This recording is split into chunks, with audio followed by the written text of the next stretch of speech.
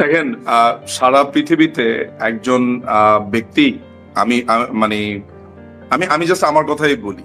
একটা সময় আমি বাংলাদেশ সেনাবাহিনীতে যাওয়ার খুব ইচ্ছা ছিল। আমার ইচ্ছা ছিল সেনা অফিসার হওয়ার জন্য। কেন যেতে চেয়েছিলাম জানেন? দেশমাতৃকার জন্য, দেশকে সার্ভ করবার জন্য একজন অফিসার হব।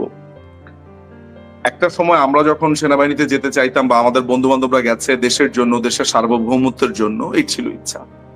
একটা পর্যায়ে লক্ষ্য করলাম যে এই সেনাবাহিনীতে মানুষ যায় হচ্ছে মিশনে যাওয়ার জন্য।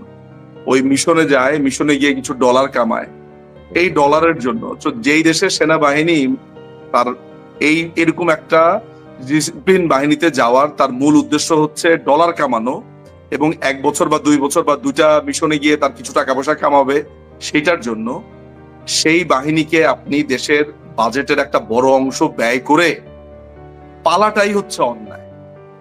মানে এই সেনাবাহিনীর আপনি আপনার আপনার ফ্যামিলিতে যদি সেনাবাহিনীর কোনো অফিসার থাকে, 90-এর দশকে আপনি কি পরিচয় দিতেন? অমুক কর্নেল, তমুক ব্রিগেডিয়ার, আমাদের শ্রদ্ধা।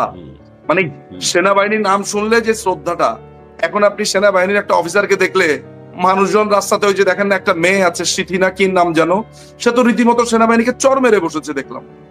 এখন তো মানুষ রাস্তাঘাটে সেনাবাহিনীকে পেটায়, সে কিন্তু এখন ভালো সেনাবাহিনীকে এখন রাস্তাঘাটে মানুষ পেটায়। মানে সেনাবাহিনীর দেখলাম, হ্যাঁ, মানে সেনাবাহিনীর অবস্থা ভয়ঙ্কর খারাপ। সেনাবাহিনীর প্রতি মানুষের কোনো আস্থা নেই।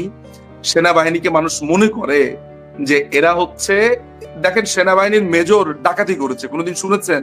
ধানমন্ডিতে ক্যাপ্টেন, সে ছিনতাইকারী হয়েছে। কখন? এই 5ই অগাস্টের পরে। সুতরাং বিএনপি জামাত আমলে সেই সময়টাতে প্রথমে বাংলাদেশে ইতিহাসে প্রথমবারের মতো একটা বড় ধরনের রিক্রুট করে জামাতে ইসলামী।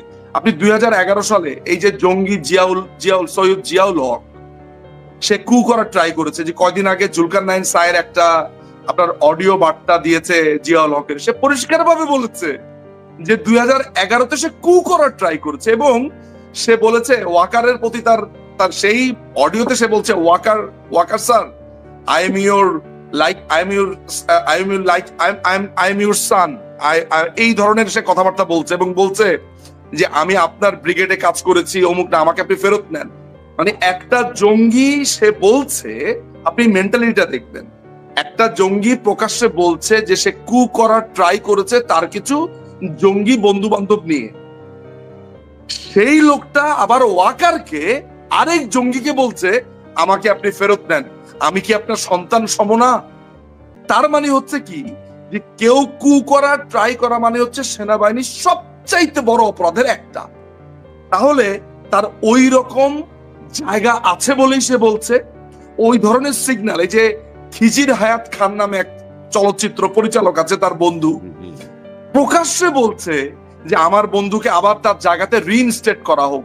অর্থাৎ সে যে মেজর হিসেবে তার চাকরি বরখাস্ত হয়েছিল, সেই মেজর হিসেবে তাকে আবার সেনাবাহিনীতে নেওয়ার পরে, এই ব্লগার হত্যাকাণ্ডের পরে, এই প্রকাশক হত্যাকাণ্ডের পরে, এই কু করার পরে, অর্থাৎ এই ধরনের একটা চাওয়া যাইতে পারে সেনাবাহিনীর কাছে, যে এই জিনিসটা চাওয়া যেতে পারে, সেই স্পেসটা তাদের আছে।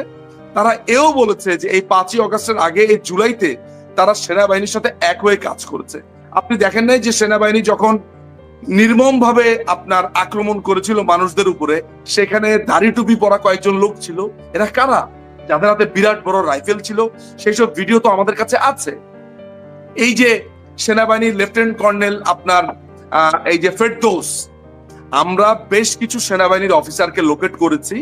We are working on it. আমাদের ক্ষমতা খুবই সামান্য ভাই, তবে আমরা এদের ব্যাজ নাম্বার, এরা বিএমএ কত লং কোর্স, এদের বাবা মা ঠিকানা সমস্ত কিছু আমরা সংগ্রহ করেছি, কারো করছি। আমরা বিভিন্ন ফোরামে, আন্তর্জাতিক বিভিন্ন জায়গাতে এদের নাম দিয়েছি, এদের অপরাধের ফিরিস্তি বলছি, এবং আমরা এটা করতে থাকবো। এদেরকে স্যাংশন আনা, সেনাবাহিনীর এইসব অফিসারদেরকে চাকরুচ্যুত করানো, এবং ভবিষ্যতে এদের ট্রায়াল আর কিন্তু ওই স্বচ্ছ আন্তর্জাতিক নিরপেক্ষ নিয়ে যেই নাটক করেছিল জামাতের এই রাজাকারদের বিচারের সময়, সেগুলো তো আমরা অনেক ধরনের তাল দিয়েছিলাম। আমরা ওদেরকে এইসব জবাব আর হবে না। নেক্সট টাইমে এই বিচারের ফ্রন্ট লাইনে আমরা থাকবো। বিচার আমরা খুব ভালো বুঝি, ধন্যবাদ। ওই দিন আপনি টের পাবেন বিচার কত প্রকার ও কাকে বলে। এই নাম জেনে রাখেন নিঝুম মজুমদার, এই নামটা এরা যেন জেনে রাখে। ক্ষমতায় যখন আসবো বিচার করব, এমন বিচার করব বাংলাদেশের মানুষ সেই বিচার দেখে হাততালি দিবে। বিচারও হবে, স্পিডি ট্রায়ালও হবে, এবং বাংলাদেশের এভরি নুক অ্যান্ড কর্নার থেকে এই মৌলবাদকে আমরা, এই প্রজন্ম কেমনে মুছে দেই সেটা দেখবেন। আপনার প্রোগ্রামের মাধ্যমে এই বার্তাটা দিয়ে গেলাম। তবে এখানে আমি একটা কথা বলি শুধু, আজমি সম্পর্কে, ব্রিগেডিয়ার আজমি সম্পর্কে। যে কর্নেল হাসিন আছেন, তিনি বলেছেন যে ওই যে আয়নাঘর যখন উদ্বোধন হলো তখন তিনি, হাসিন সাহেব বলেছেন যে আজমি সাহেব তো বিরিয়ানি খেয়েছেন বা কিছু একটা খেয়েছেন, উনি সবসময় উনি এসি রুমে ছিলেন। এইটা কিভাবে হলো? তার মানে ঘটনা একটু জটিল সম্ভবত। আজমি সাহেব বিরিয়ানি খেয়েছেন, কাচ্চি খেয়েছেন বা কিছু একটা, মাঝে মধ্যেই কাচ্চি খেতেন, আর এসি রুমে তিনি ছিলেন। তিনি আয়নাঘরের কি বুঝবেন?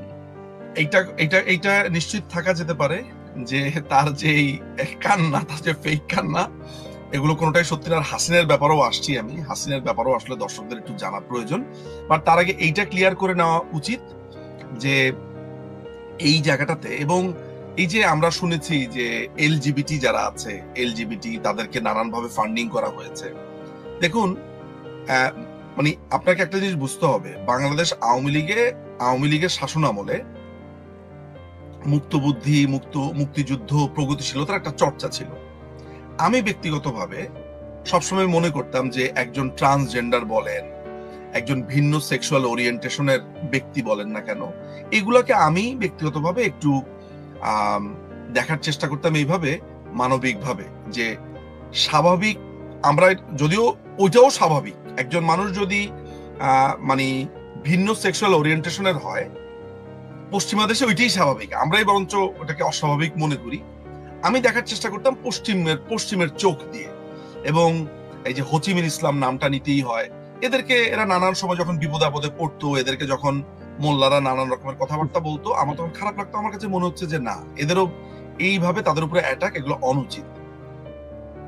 এই মানুষগুলো ভাবা যায় টাকা খেয়ে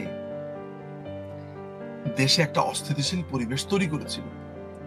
এবং এই যে আসিফ মাহতাব উৎস নামে যে ছেলেটার কথা আপনি প্রায় শোনেন, যে আপনার ট্রান্সজেন্ডার শরীফা নিয়ে কথাবার্তা বলছে, ও ওদের পেরোলে ছিল, এটা আপনি জানেন? ইন্টারেস্টিং ব্যাপার হচ্ছে, মানে গোয়েন্দা জালটা একটা বড় একটা ব্যাপার, যে এত হাত ঘুরে অনেককে দিয়ে কাজ করানো হয়, যে ও যে আসলে কার জালে হয়ে কাজ করছে, একটা সময় সে মনে করবে যে আমি মনে হয় সঠিক কাজটাই করছি। ধরা যাক উৎস এই ব্যাপারটা নিয়ে কেন সরব হল, সে চিন্তা করছে যে আমি ইসলামের পক্ষে বলছি, এই করছি সেই করছি, তো তাকে তো উস্কে দেওয়ার লোক আছে। এই যে সে বিভিন্ন সেমিনার সিম্পোজিয়াম নানান ভাবে করেছে, এগুলোর তো লোক আছে, তাকে প্রমোট করার লোক আছে। তাকে যারা এসে ওই খোঁচাচ্ছে যে আপনি একটু বলেন, তারা কার হয়ে কাজ করে, আবার তাদেরকে যে খোঁচাচ্ছে তারা কাজ হয়ে কাজ করে। ফলে এটা একটা লম্বা লেয়ার আছে।